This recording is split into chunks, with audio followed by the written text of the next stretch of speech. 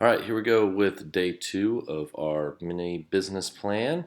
Day 1, we talked all about our company, our customers, competition, and then how we were going to get that word out to those to that potential target market.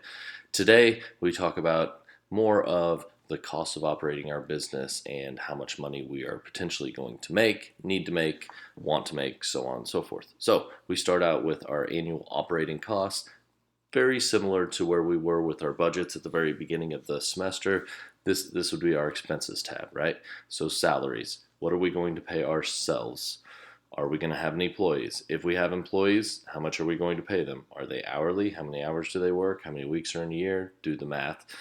For yourself, you don't have to take a salary, but you might want to think about putting yourself in for a small salary. I oftentimes get people who say, well, yeah, my salary is $300,000 a year. Then I scroll down to revenue and their revenue is $75,000 a year. Well, there's no money. The $300,000 isn't there. Like, you can't write yourself a check. That is not in the bank. So that is not going to work. So make sure that you pay yourself an appropriate salary. It could just be the leftover profits at the end of the year. That's perfectly fine. Or it could be a specific number that you are wanting to make. Okay. Next is insurance. This is going to cover anything from inventory to equipment.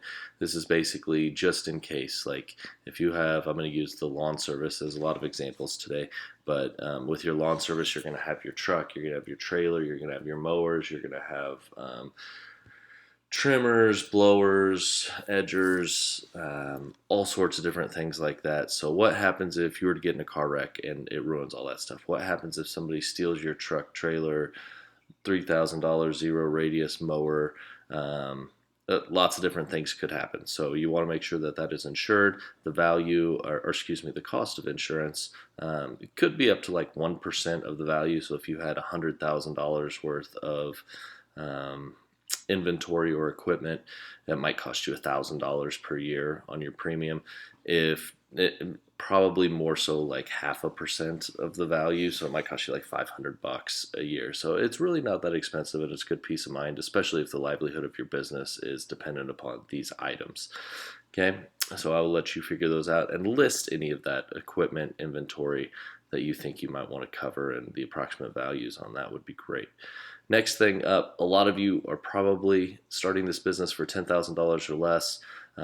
Probably not going to worry too much about warehouse storage or rent. If you're probably going to be working out of a facility that's probably already paid for, some sort of shared facility because it's just starting out.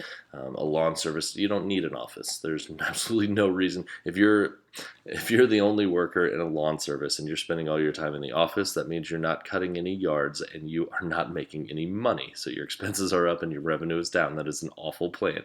So if you do not need, a lot of companies right now are finding out that, hey, my employees can work from home. We don't need this corporate office space. This commercial office space in our country is going to hit a huge surplus, I have a feeling. So if you do not need that space, there's no reason to pay for that space. So, all right, next you'll put in your marketing. Your marketing number should match the marketing amount. And again, you had $500, so that's going to be $500 for marketing right there.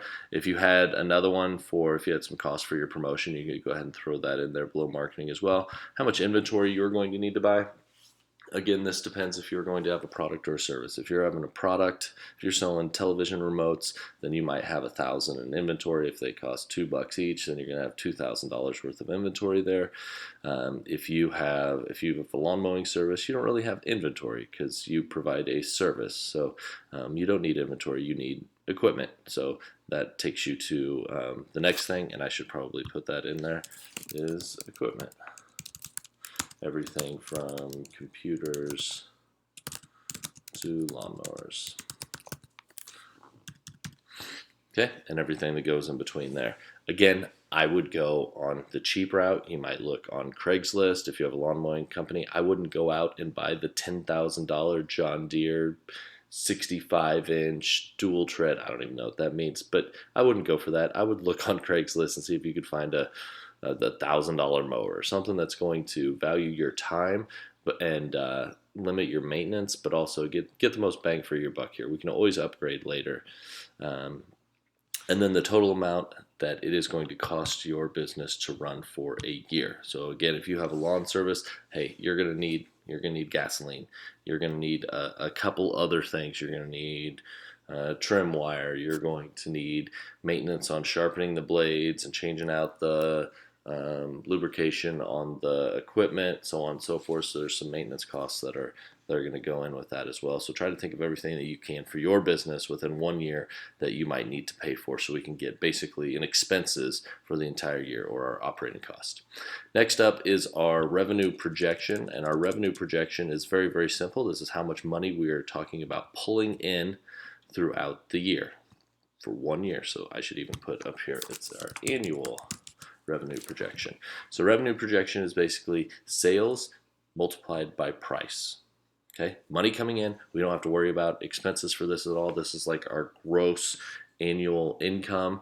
Remember, gross and net are different. Gross is before deductions, net is after deductions. Same thing here. Revenue is before deductions, profit is after expenses, I should say, not deductions.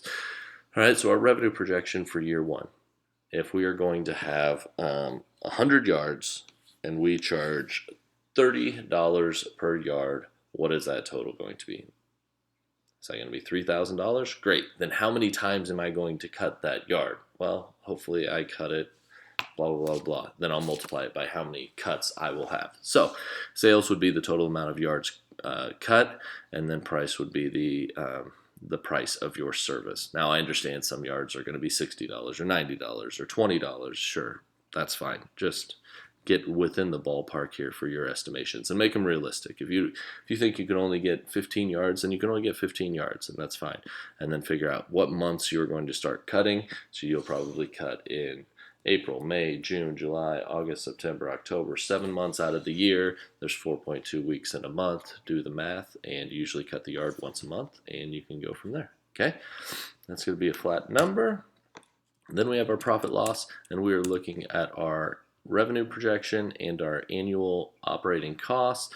This is very, very easy. So we'll do our projection for the 1 year. This is just our thoughts, not our actual sales, because we haven't actually sold anything. So projection for 1 year minus our operating costs. So whatever you came up with for revenue projection, subtract out the total it will cost to run your business for a year. Again, these are annual numbers, annual numbers, annual numbers, and this is going to give us our profit or loss for the year. If you are losing money, if this is a negative number, you're going to put that number in red. In the business world, black is profitable, and in the red is taking a loss or losing money. That's okay.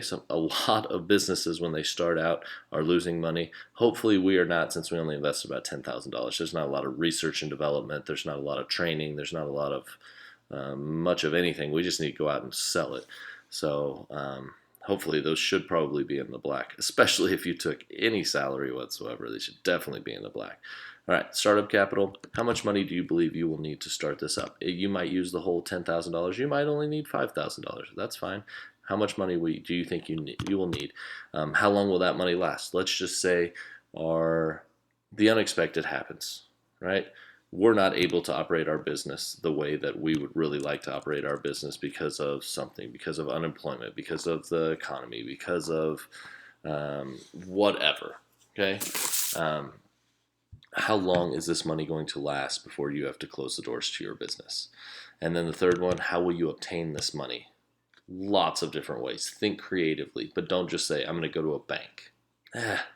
A lot of times banks won't give you unsecured debt, right? Debt without collateral. Now, if you have some sort of collateral to tie to it, yeah, they'll probably lend you the money. Yeah, absolutely. But think about some other ways that you could do it. You could borrow money from an investor and pay them interest. You could pay them equity of the business. I don't know that paying somebody equity in your lawn mowing business at such an early stage it's getting the right value, but you get to decide. You could work 7 jobs to save up, whatever it is that you decide to do. Come up with something creative to try to figure out how you can obtain this money. $10,000 is very attainable. You can do this with some hard work and some good ideas and good budgeting. You can get to $10,000 faster than you would like to probably think. Okay, that's startup capital. And then the very last thing is writing a mission statement for your business. Now, these are kind of This is kind of just really straightforward. Here's an example. I always use this example because it is just so straightforward. Clear, concise, focused on what the company does, how it affects its customers, and what it does for its employees, how it treats its employees. So here's Bazilla's. Our mission is to help people connect people who want to sell a business with people who want to buy a business. That is what they do. That is their main objective. They just said it in the very first sentence. Very, very easy. We provide business owners and brokers with flexible options for listing their businesses online. That is how they do it. So what they do, then how they do it. And then for buyers, we offer helpful tools such as saved listing feature, customized email alerts to make finding the right business easier. Okay, and that's how they focus on their customer. That's what they want to do for their customers. This one doesn't really talk much about employees. It's probably a very, very small company. Not to say they don't value their employees, but basically what you do, how you do it, and what makes you better, or what you do that is that is significant to your business. Okay. And there you go, save it up, and I will put a link on Classroom for you guys, and you are all done. We'll start working on our final on Wednesday. All right, thanks guys. Holler if you have any questions.